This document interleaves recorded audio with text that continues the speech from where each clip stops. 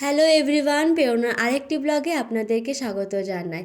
বরমশাই বাজার থেকে অনেক বড় বড় আলু নিয়ে এসেছিলো, তাই ভাবলাম সেগুলোকে দিয়ে আলুর পাঁপড় বানানো যাক। তাই এখানে আলুগুলোকে ধুয়ে আর একটা স্লাইসের সাহায্যে দিয়ে আলুগুলো প্রথমে কেটে নিচ্ছি। আর এটা দিয়ে কাটলে কত সুন্দর সুন্দর পাতলা পাতলা আলুগুলো বেরোচ্ছে। কাটার সাথে সাথে এখানে একটা বাটির মধ্যে জল দেওয়া আছে, সেখানে আমি আলুগুলো দিয়ে দিচ্ছি। আর দেখুন, গল্প করতে করতে কত আলু কাটা হয়ে গেছে। আর এইগুলোকে আমি ভালোভাবে জল দিয়ে প্রথমে ধুয়ে নেব। আলুতে তো অনেক মাটি লেগে থাকে, তাহলে 2-3 বার যদি না ধোয়া হয় তাহলে মাটিটা যাবে না।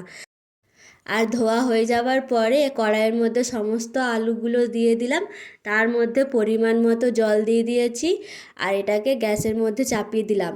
আর একটুকু সামান্য লবণ দিয়ে এটাকে ভালোভাবে একটা ফুট হওয়া পর্যন্ত ছেড়ে দেবো। যেই একটা ফুট হয়ে গেছে, গ্যাস অফ করে দিয়ে এখানে জলটা আমি ছেঁকে নিলাম। জলটা ভালোভাবে ছেঁকে নেওয়ার পরে এর মধ্যে আমি ঠান্ডা জল মিশিয়ে দিলাম, যাতে কুকিং প্রসেসটা বন্ধ হয়ে যায়। কিছুক্ষণের জন্য জলটা ঝরতে দিলাম, যাতে আলুর মধ্যে আর কোনোভাবে জল না থাকে। জল ঝরা হয়ে যাবার পরে একটা সুতির কাপড় বিছিয়েছি, তার মধ্যে এক একটা করে আলুগুলো দিয়ে দেবো। আর দেখো, আমার সমস্ত আলুগুলো এখানে দেয়া হয়ে গেছে। আর এটাকে ভালোভাবে 2 দিনের জন্য শুকতে দেবো। 2 দিন পরে দেখো আলুগুলো আমার ভালোভাবে শুকিয়ে গেছে। তো চলো তোমাদেরকে ছেঁকে দেখানো যাক।